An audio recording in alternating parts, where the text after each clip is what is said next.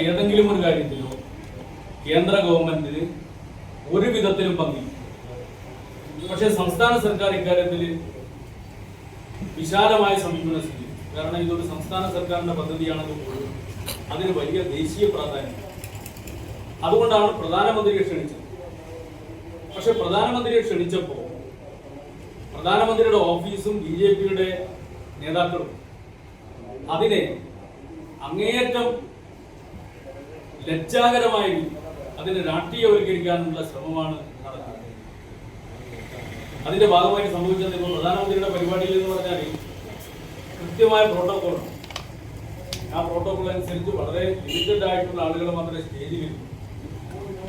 അത് കണക്കിലെടുത്തുകൊണ്ടാണ് സംസ്ഥാനത്ത് ഏതൊക്കെ മന്ത്രിമാർ ഈ പരിപാടിയിൽ വേണം എന്നുള്ള അഭിപ്രായം കേന്ദ്ര ഗവൺമെന്റ് മുമ്പാകെ പറഞ്ഞു പ്രധാനമന്ത്രിയുടെ ഓഫീസിനെ അറിയിക്കുന്നു.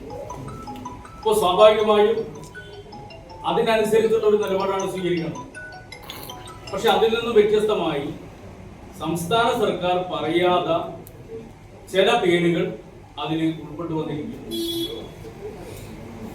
ആ പേരുകൾ ആരാണെന്ന് ഞാൻ പറയുന്നില്ല. പക്ഷെ ഒരു കാര്യം ഉറപ്പാണ്, ഒരു പേര് BJP-യുടെ സംസ്ഥാന അധ്യക്ഷന്റെ പേരാണ്.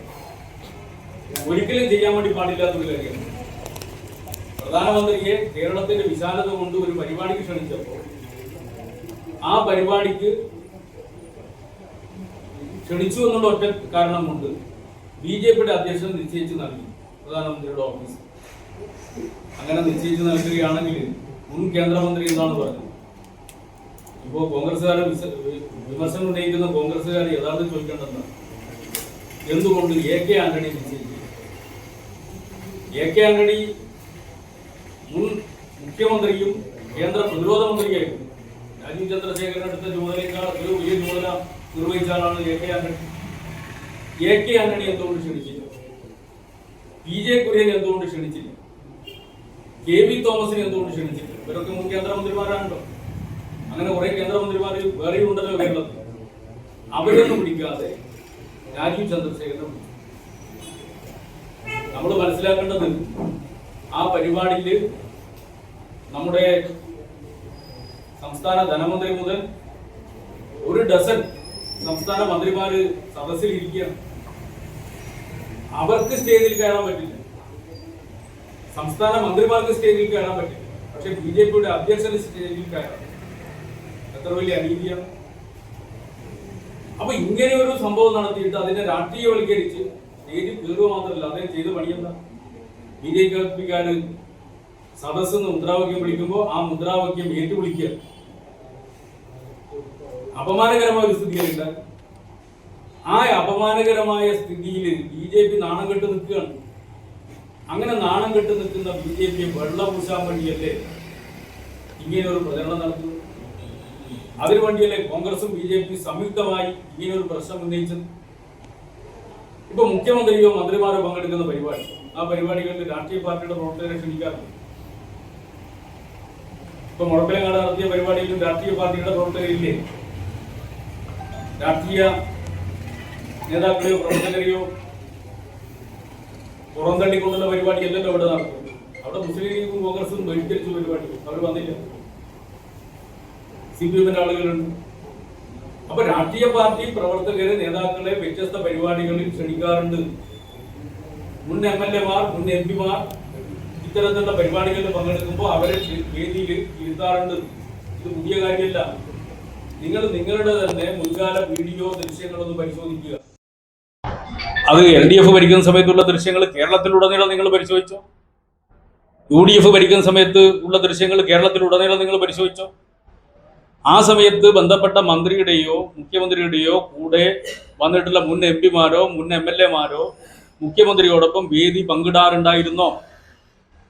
ആർക്കും അവിടെ വിലക്ക് ഏർപ്പെടുത്തിയിട്ടില്ലല്ലോ. വിഴിഞ്ഞത്ത് ചെയ്തെന്താ? സംസ്ഥാന മന്ത്രിമാർക്ക് വിലക്ക്.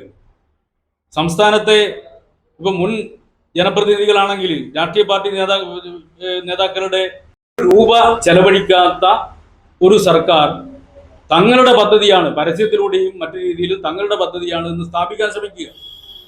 അതിനെ തുറന്നു കാണിക്കുന്നതിന് വേണ്ടി ഇവിടെ നടന്നിട്ടുള്ള വിമർശനങ്ങളെ ഇതുമായി ബന്ധപ്പെടുത്തിക്കൊണ്ട് പ്രചരിപ്പിക്കുന്നതിന്റെ പിന്നിലുള്ള ലക്ഷ്യം മറ്റൊന്നുമല്ല. ആ ലജ്ജാകരമായ നീക്കത്തെ വെള്ളപൂശുന്നതിന് വേണ്ടിയാണ് സംയുക്തമായി BJP ചെയ്യുന്ന മനസ്സിലാക്കുക. അതിന്റെ കൂടെ കോൺഗ്രസും ചേരുന്നതാണ് മനസ്സിലാക്കാൻ വേണ്ടി കഴിയാത്തത്. അപമാനകരമായ ഒരു സ്ഥിതിയായി പോയി കോൺഗ്രസിനെ സംബന്ധിച്ചിടത്തോളം. ഇത് സാധാരണ ഇത്തരത്തിലുള്ള പരിപാടികളിൽ മുൻ MLA മാരും മുൻ MP മാരും വേദിയിൽ പോകുന്നതാണ്. ഞാനവിടെ പോയ സമയത്ത് മുഖ്യമന്ത്രിയുടെ കൂടെയാണ് ഞാനവിടെ ചെന്നത്. എത്തിയപ്പോൾ സംഘാടകരനോട് വേദിയിൽ കയറി ഇരിക്കാൻ വേണ്ടി ആവശ്യപ്പെട്ടു. ഞാൻ വേദിയിൽ കയറിയിരുന്നു. അത് സാധാരണ സംഭവിക്കുന്ന കാര്യമാണ്. പക്ഷെ ഇതിന്റെ പിന്നിലുള്ള ലക്ഷ്യം ഞാൻ നേരത്തെ പറഞ്ഞു. ഇതിൽ KK രാഗേഷ് മുൻ MP എന്നുള്ള രീതിയിലാണ് പങ്കെടുത്തത്, CPM ജില്ലാ സെക്രട്ടറി എന്നുള്ള രീതിയിലാണ്. സ്വാഭാവികമായിട്ട് മുൻ MP എന്നുള്ള നിലയിലാണ്. ഞാൻ ഒരു മുൻ MP ആണല്ലോ. മുൻ MP എന്നുള്ള നിലയിൽ എന്നോട് സ്റ്റേജ് വേദിയിൽ ഇരിക്കാൻ വേണ്ടി ആവശ്യപ്പെട്ട് ഞാൻ കയറിയിരുന്നു. അത്രയുള്ള സാധാരണ നടക്കുന്നതാണ്. ഇത്തരത്തിലുള്ള ഏത് പരിപാടിയിലും ഇപ്പോൾ നിങ്ങൾ തന്നെ ശ്രദ്ധിച്ചിട്ടുണ്ടാവും. ഇപ്പം മന്ത്രിമാരും മുഖ്യമന്ത്രിയൊക്കെ പങ്കെടുക്കുന്ന ഒരു പരിപാടിയിൽ മുൻ MP മാർ ആരെങ്കിലും അവിടെ വന്നു കഴിഞ്ഞാൽ അവരെ വിളിച്ച് വേദിയിൽ ഇരുത്തുക എന്നുള്ളത് സാധാരണ ചെയ്യുന്നൊരു കാര്യമാണ്. ഒരു വിമർശനമായി പറയുന്നത് നോട്ടീസിൽ പേരുണ്ടായിരുന്നില്ല എന്നുള്ളതാണ്. നോട്ടീസിൽ പേരില്ല എന്നുള്ളത് കൊണ്ട് നോട്ടീസിൽ പേരുള്ളവരെ മാത്രമേ അവിടെ കയറാൻ വേണ്ടി പാടുള്ളൂ നിർബന്ധമില്ലല്ലോ. അവിടെ സംഘാടകർ എന്നോട് അവിടെ വേദിയിൽ ഇരിക്കാൻ വേണ്ടി പറയുകയാണ്. അതല്ലേ ക്ഷണം. സംഘാടകർ വേദിയിൽ ഇരിക്കാൻ പറയുന്നു, വേദിയിലിരിക്കുന്നു. സാധാരണ ഇത്തരം പരിപാടികളിൽ മുൻ MLA മാരും മുൻ MP മാരും ഇത്തരത്തിലുള്ള പരിപാടികളിൽ പങ്കെടുക്കുന്ന സമയത്ത് അവര് അപ്പോൾ ക്ഷണിച്ച് വേദിയിൽ ഇരുത്താറുണ്ട്. അതൊരു ഒരു ഒരു അസ്വാഭാവികമായ കാര്യമല്ല.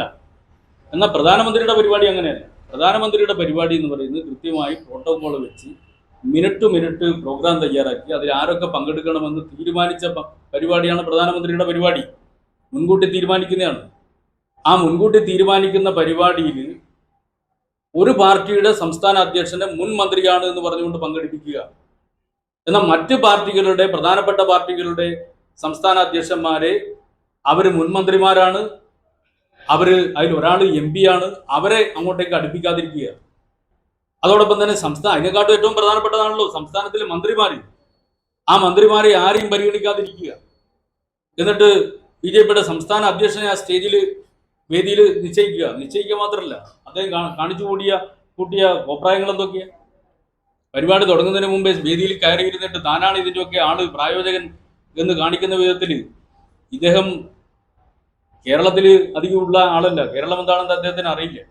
അദ്ദേഹം മറ്റു സ്ഥലത്ത് ഇങ്ങനെ ഒരു വല്ലാത്ത ഒരു ഒരു ഒരു ഒരു മാടമ്പിയെ പോലെ അവിടെ കയറി ഇരുന്നിട്ട് മുദ്രാവാക്യം വിളിക്കുന്നത് നിങ്ങൾ കണ്ടില്ലേ? അതൊന്നും കേരളം സമ്മതിച്ചിട്ടില്ല. കേരളം എന്താണെന്ന് അദ്ദേഹത്തിന് മനസ്സിലായിട്ടില്ല. അങ്ങനെ കയറി മുദ്രാവാക്യം വിളിച്ച് സ്വയം നാണം കെട്ട ഒരു പാർട്ടിയെ രക്ഷപ്പെടുത്താൻ വേണ്ടി വെള്ളപൂശാൻ വേണ്ടിയിട്ട് ഇങ്ങനെ കോൺഗ്രസ് ബുദ്ധിമുട്ടരുത് എന്ന് മാത്രമേ എനിക്ക് പറയാനുള്ളൂ. അതെ.